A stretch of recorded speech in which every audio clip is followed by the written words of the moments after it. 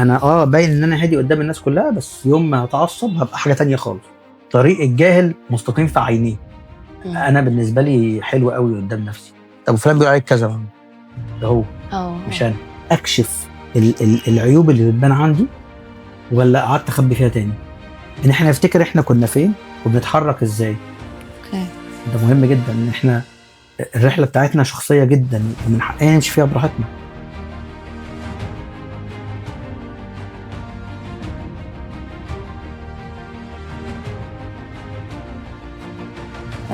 ازيكم يا شباب، احنا النهارده يعتبر تاني حلقة من بودكاست ما وراء اكسودوس. اتكلم عن ازاي ابدأ مع نفسي، ومعانا مستر بيتر فليب. الاخبار؟ الحمد لله. ايه الاخبار؟ الحمد لله، نشكر ربنا. نشكر ربنا.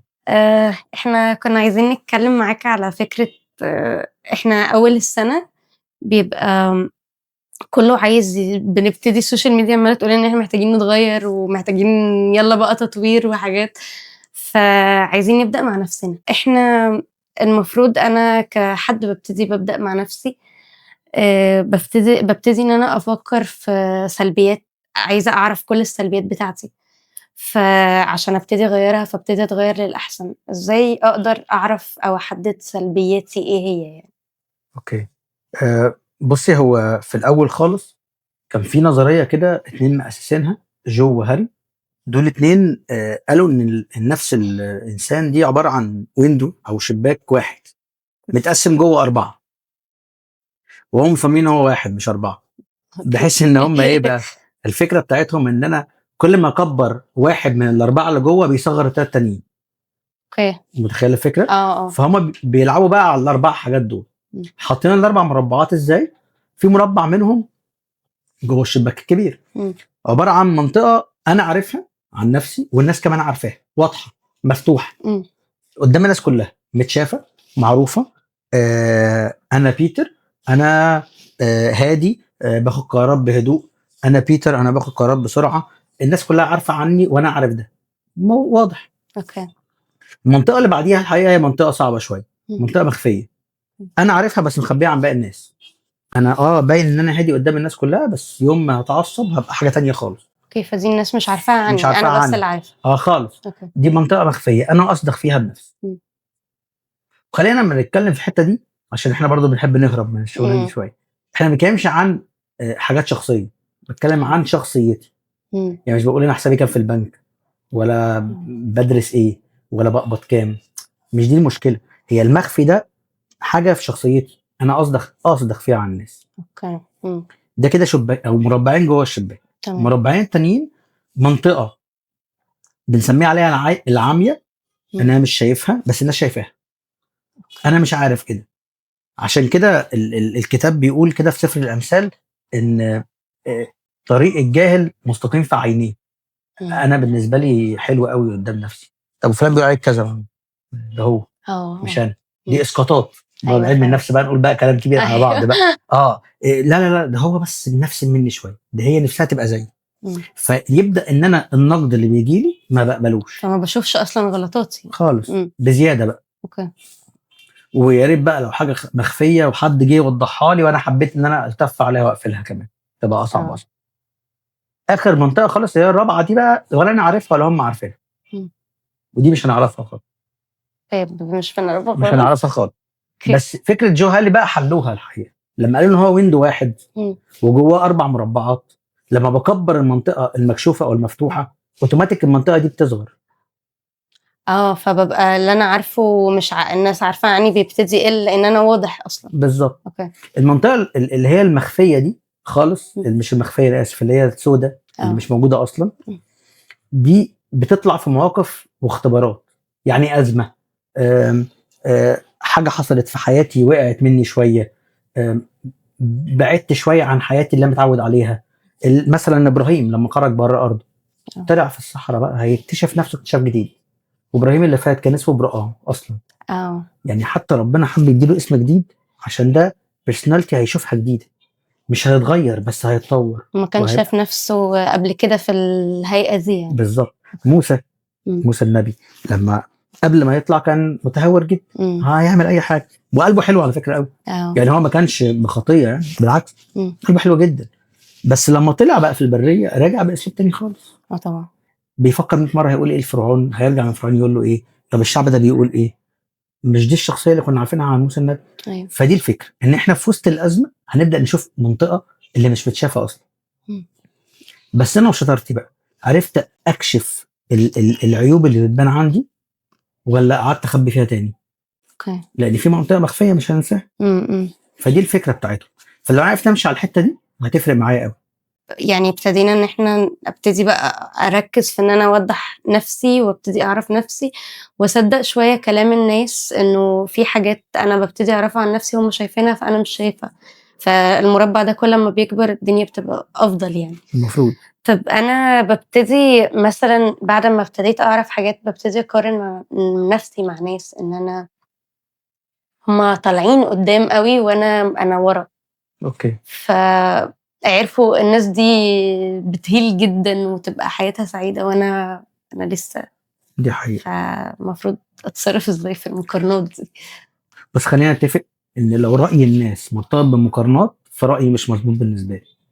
اوكي يعني لو حد جه قال لي انت مش كذا زي فلان، او المفروض تبقى كذا زي فلان، لا محتاج افكر فيه تاني. اوكي الا لو جاب لي سيره المسيح، يعني لو قال لي تشبه بالمسيح طبعا انا مش. بس اللي انا اقصده ان لو قعدنا نقارن نفسنا بالناس مش هنخلص من المقارنات. خلي بالك برضو ان اللي بيطلع على السوشيال ميديا وبيطلع على المشاع بلا السوشيال ميديا في الشارع، وانا بقابل حد ولا قابل حد في اجتماع، هو اللي انا عايز اطلعه. لان برضو الاخر عنده شباك جوهري زي، فممكن يكون مخبي حاجه هو كمان. فبالعكس، فانا محتاج ان انا اركز مع نفسي، ما اقارنش نفسي بحد. اللي اعرف اقارن نفسي بيه واقيس بيه عليه قياس المسيح بس. هي موضوع مش سهل بس ببساطه. بس الحقيقه هو ده الحاجه الوحيده اللي ممكن تخليني افكر تاني، هو انا ماشي على المسطره ولا لا. مش اكتر من كده. لكن ان انا اقعد افكر مين سبق مين ما سبقش. فكرتيني كده باتنين اصحاب كانوا في الجامعه، واحد دخل طب والتاني دخل تجاره. فبتاع تجاره خرج بعد 4 سنين، اشتغل 2 3 عمل قرش، عمل فلوس. وبتاع طب لسه ما اتخرجش وحاسس انه ضيع نفسه. وبتاع تجاره بيقول ايه ده انا ما بقتش ده بتاع طب. فهو برضو المقارنات مش منطقيه. ايوه فعلا. هو كل واحد بيمشي في مجاله وفي مساره، على مستوى الروح، على مستوى النفس، وعلى مستوى حتى النجاح الاجتماعي، وبيكبر بعد كده ويكمل. وقدرة كل واحد برضو يعني، وظروف كل واحد. فعلا. يعني انا ما ينفعش اللي حصل مع اي حد من القديسين اطبقه على القديس التاني، مش بتاعته. ايوه فعلا. أنطونيوس نفسه اتمنع ان هو ينزل يستشفى، ربنا منع، قال له اقف في الدين تكمل صلاه. مش هينفع نقارن كله ببعض ناقص نفس المسطره، مش هتمشي كده. لازم اكون واخد بالي من نفسي. يعني لو افتكرنا تاني جوهري، هو بيركز تاني جوه الشباك بتاعك. يعني ما قالش الشباك ده قدام الناس التانيه، بالعكس انا عمال اشوف انا نفسي، بص على شباكك انت بالظبط. فانا لازم اكون برضو شايف طرقي انا، ما بقاش جاهل بيها. يعني الكتاب ما بيقولش الشرير، حتى طريق الجاهل مش الشرير، مستقيم في عين نفسه. صعب قوي ان انا اكون جاهل بنفسي.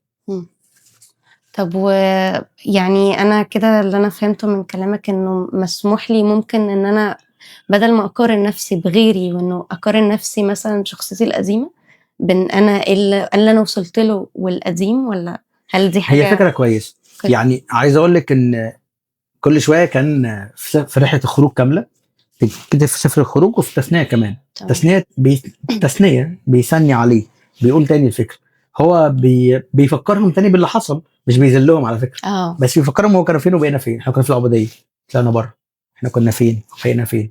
احنا شفنا المن، شفنا السلو واكلنا منه، احنا شفنا الصخره بتنزل ميه. تفرق معانا ده بيدي سبورت كبير قوي بكره، ان احنا نفتكر احنا كنا فين وبنتحرك ازاي. ده مهم جدا، ان احنا الرحله بتاعتنا شخصيه جدا، ومن حقنا نمشي فيها براحتنا. يعني قصدي في وقتها، تمشي في وقتها، ما اسربعش نفسي خالص. على قد امكانياتي وعلى قد ما انا قادر امشي. طب وهل يعني انا كنت سمعت قبل كده انه هل السيلف توك بيفرق في الحاجات دي؟ انه يعني كذا حد بيقول لك اسمع اللي قدامك وهكذا، بس هل كلامي مع نفسي بيفرق؟ بيفرق، بس بشرط. بصي هقول لك على حاجه. السيلف توك هيبقى حلو قوي لو انا بتعامل معاه بمبدا ان انا وانا، لكن لو اتعاملت معاه بقى انا بس مش هتنفع. هوضح. يعني هو طبيعي السيلف توك ده هيطلع بايه بقى؟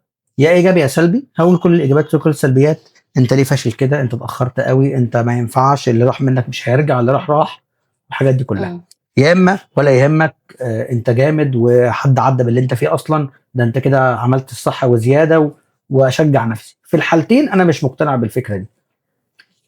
داود في المزمور كده سأل سؤال لنفسه حلو قوي، ومن هنا فكرنا الفكره دي. لماذا تؤنين يا نفس؟ اللقطه كلها ان هو نفسه بتتكلم وهو بيرد عليها. انا لو اتكلمت وما ردتش على نفسي وقعت مني الشغلانه خالص. هيبقى سيلف توك وان واي، احنا عايزين تو واي. يعني عايز لما انا اتكلم ارد على نفسي، ابدا ادي افكار جديده ومختلفه متطوره على حسب النمو اللي انا فيه دلوقتي. النمو ده على مستوى الروح والنفس. عشان لو عملنا نمو نفس بس من غير روح، او روح بس من غير نفس، هيبقى نمو خادع، مش هيبقى حقيقي. طب انا اسفه، يعني الانبوتس اللي انا اجيبها في السيلف توك اجيبها منين؟ ما ممكن انا ابقى بجيب السيلف توك مع نفسي، فكل الانبوتس اللي عندي كلام سيء ليا. فالسيلف توك الكويس اجيبه منين؟ يعني لو انا مش عندي كلام كويس اقوله لنفسي. لو مشينا ورا داود في المزامير هتلاقي ماشي نفس السكه. هو بيقول بيكلم نفسه، طب يا نفسي افتكري احسانات ربنا، طب يا نفسي افتكري عمل الله. انا مش بقول كده عشان احنا نتكلم، احنا في كنيسه وبنتكلم تحت اسم المسيح واسم الصليب، مش دي الفكره. هي الفكره ابعد من كده. الفكره ان احنا ما عندناش حل يطلعنا من ارض العبوديه، سواء النفس او الروح اللي حصلت من بني اسرائيل وهم طالعين من ارض مصر عشان يخشوا ارض الموعد.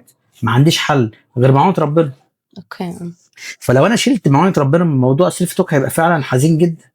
ورقه وقلم واحسب ورايا. انا كده عديت عليا كام سنه على الفئه بتاعت الفيسبوك. وعدينا كام كورونا وكام حرب وكام ثوره وكام انا عايش. بعد كده طب ما انا ظلموني. انا ايه اللي بلدني في بلد زي دي مثلا يعني. وتلاقي في ناس تانية ناجحه في نفس البلد، طب انت مش بتحسب نفسك كده ليه؟ فتلاقي النفس هتتكلم مكان ما هي عايز تريح. ونرجع تاني للشباك جوهري. لو انا الحته المخفيه جوايا قصدي اخبيها عن الناس، هتلاقيني عمال قدام نفسي كمان بخبي عن نفسي عشان اصدق الفكره. هتلاقي عمال اصدق ان انا يا عيني ده انا مظلوم، يا عيني اتبهدلت. فاهمه قصدي؟ لو الحته المفتوحه قدام الناس اللي هي ايه واللي عليها ايه، وهو قدام ربنا يكمل. ايوه فعلا. انا يعني هفكرك برضو بموقف تاني بنفس فكره بتاع بني اسرائيل. هو اللي حصل اول ما طلع من ارض مصر وعدوا البحر، موسى بعت ال 12 جاسوس. ورجعوا 10 بيقولوا لا مش هنقدر، واثنين قالوا اللي هو كالب ويشوع هنقدر هنخش نمتلكها. دي كانت سيلف توك جميله جدا الحقيقه. 10 بيقولوا لا واثنين بيقولوا تشجع. هيعملوا ايه بقى الشعب؟ هيرجموهم. طبعا احنا مش عارفين يعني التفسير مش بيوضح هيرجموا مين، موسى وهارون ولا الاثنين كالب ويشوع، بس كانوا هيرجموهم. هم عايزين يوطوا الصوت باي طريقه اللي ممكن يكون بيشجعهم يعملوا حاجه. فتخيلي ان انا ممكن كمان ابقى عايز اخبي على نفسي الصوت الكويس اللي بيطلع من جوايا. عشان كده بقول لك المناقشه مع نفسي تفرق، تحركني اتجاهات احسن. فاهم قصدي؟ بيغير حاجات كتير برضه طبعا. يعني بحس انه السيلف توك ده يعني واضح من كلامك ان هو بيفرق، هو اللي يا هيزقني قدامي يا هيرجعني 10 ورا. لما يكون في رد عليه مني، يعني انا بناقشه بكلمه واحط نفسي قدامي واتكلم معاه. عشان كده حتى يعني الاباء يقولوا كده لا يمكن ان نعبد الله بنفوس مريضه. فهنعبده ازاي وانا نفسي اصلا معطوبه، انا بطلع افكار غلط. هتلاقيني بروح في اتجاهات سيئه جدا بيني وبين نفسي. ايوه بحكم على نفسي قبل احكم على اي حد تاني. طيب لو انا دلوقتي ابتديت ان انا فعلا امشي الستبس دي وابتديت اعرف عن نفسي حاجات وعيوب كتير، بس بسبب ده انا عرفت عيوب كتير قوي، ففجأة كل ده اتفتح قدامي كأنه باب واتفتح ومش عارفة اقفله ومش عارفة احله. فازاي يبقى الواحد بعد ما شاف كمية السلبيات دي ما ينهارش ويقع؟ دي حاجة تقيلة قوي. هو لو انا اللي هحله هنهار طبعا ده وش كده. لكن الفكرة بتاعت مين اللي هيحل هي دي الحكاية. لو انا اللي هحل مش هتصلح. يعني لو انا عملت ماينس وعايز احط بوزيتيف عشان يبقى زيرو زي ما كان تاني، مش هعرف اعمل كده. أوكي. لكن لو انا مصدق ان ربنا بقى هو اللي هيحط الضماده، وهو اللي يحط ال الزيت، وهو اللي يحط كل ما هو يمكن بيصلح الجرح، انا ابقى ما عليا غير ان انا اقعد زي العيال الصغير وارفع ايدي. عارف انت الام لما تعبي هدوم ابنها، بابا طارق مش كان بيقول الفكره دي؟ كانت حلوه قوي الصراحه. اوكي. يجي مسلم نفسه، خلاص انا كده خلصان. يجي عند ربنا هو بقى يعمل اللي هو عايزه. مم. فدي اول مبدا، ان انا لما اشوف عيوب كتير مش تبقى قوي من ربنا، هو هيتصرف فيها هيحلها. بس مجهودك كله فين؟ ترفع ايدك. على فكره رفع ايد ده مش سهل. هو حلو، بس هل ما هو انا ممكن مثلا حد يقول انا خلاص هرمي كل حاجة على ربنا وربنا يحل، فانا مش هعمل ربنا. انا موافقك لو انت عارفه ترفع ايدي. اصل ما هو ربنا يحل دي وانا هنام. ما ما انا أنا بتكلم مش بقى في هنام. النقطة دي. ما هو انا عشان ربنا يحل محتاج ارفع ايدي. مم. يعني رفع الايد ده مش سهل مم. خالص. ايوه طبعا. يعني موسى في وسط الحرب رفع ايده ومش قادر هينزلها، جابوا له اتنين يسندوه وجابوا طوب وحجاره يحطوه تحتيه. فرفع ايد ده مش سهل خالص. ان انا اسلم دي مش سهل. رفع ايد دي فيها صلاه، فيها تضرع، فيها استسلام. اوكي. انا ممكن اعمل واحده فيهم واسيب الباقي. مم. استسلم وابقى نايم. اوكي. انا كده عطلت. مم. ولازم اقبل برضو ان انا يعني عندي عجز. مم. انا عاجز تجاه نفسي بشكل او باخر، انا مش هغيرها كده بكره الصبح. اوكي. انا عاجز تجاه تغيير الاخرين، انا مش عارف اعمل ده. هو اللي مش عايز يتغير خلاص، هتلر هيفضل زي ما هو. انا هعمل له ايه؟ عايز يموت العالم، مش هعمل حاجه فيه. انا عاجز قدام الظروف في الطبيعه. يعني انا في الاخر مش هعرف اعمل كل ده. مم. لما احترم عجزي واعرف ان في ايد ربنا هتعرف تسند، هبدا هنا اتحرك. اوكي. فاهمة. هبدا اعرف اشيل ايدي فوق، فهو يتصرف ويتعامل بيا، يشتغل بيا بقى ليا ولغيري.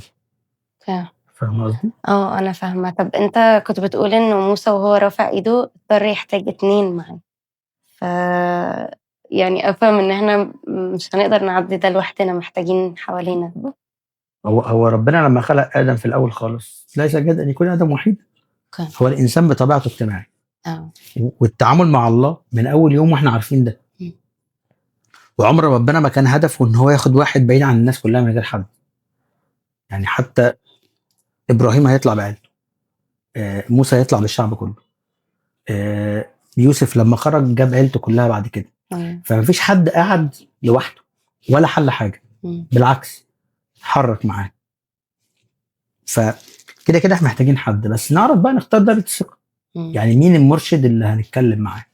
كنا زمان في درس الاحد كانوا غريب قوي برضو الخدام بتوعنا دول، كانوا بيكلمونا عن صفات المرشد، اوكي. فحافظينها حلوه قوي. صفات المرشد يكون حد مختبر وحد روحاني وحد. احنا بقينا اشقياء بنجيب المرشد ده بس نخبي عنه باقي الحاجات بتاعتنا. اه. يبقى هو حد كويس بس انا انا اللي مش هقول لك مستخبي، بقى كل حاجة عني. فانا مش بعمل حاجه. اه. فانا كده كده برضو مستخبي منه. اه. فاحنا بقينا نعرف نختار مرشد صح بس بعيد. وباقي اصحابي كلنا في الهوا سوا، يعني كلنا نفس المستوى وكلنا ماشيين نفس الموضوع، فبنشجع مم. بعض على اي حاجه. كلنا بنرخي. معلش بقى مم. يعني مره وتعدي. ايوه. عارفه انت اللي هو الفيديو بتاع جدع يا اخويا، عارفه جدع يلا وخلاص احنا بنطبطب على بعض. اوكي.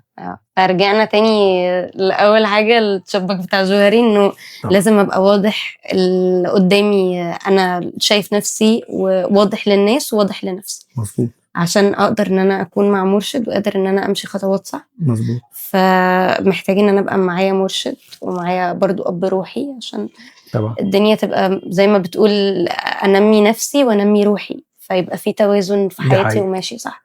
وما اسعاش لنمو النفس، اه. انا هسعى لنمو الروح في النفس. اوكي. لكن لو مع علم النفس لغايه الاخر مش هنوصل لحاجه، هيبقى علم فارغ. سوري يعني. اوكي. لكن انا في الاخر هدفي ايه؟ ابقى بعبد الله بنفس مرضيه وانا عارف نفسي، عارف اقفش مشاكلي فاروح اقدمها لربنا. لكن انا لو عرفت عيوبي ورحت ما خبيتهاش بس حتى قدام حد حتى مش هيحل، مش منطقي. ايوه فعلا. بنشكرك يا بيتر على حلقة النهاردة، وبسطنا حقيقي. يعني مهم ان احنا نبقى عارفين نبدأ السنة بداية حلوة مع نفسنا وفي الاتجاه الصح، مش في لخبطة الدنيا. وشكرا انكم سمعتونا، وشكرا. اتمنى ان الحلقه تكون عجبتكم وتساعدنا ان احنا نبتدي مع السنه الجديده بدايه حلوه وبدايه صح مع نفسنا ومع ربنا. ولو في حد عنده اي اسئله او حاجه ممكن يبعت في الدي امز، نقدر نجاوب على كل حاجه انتم محتاجينها.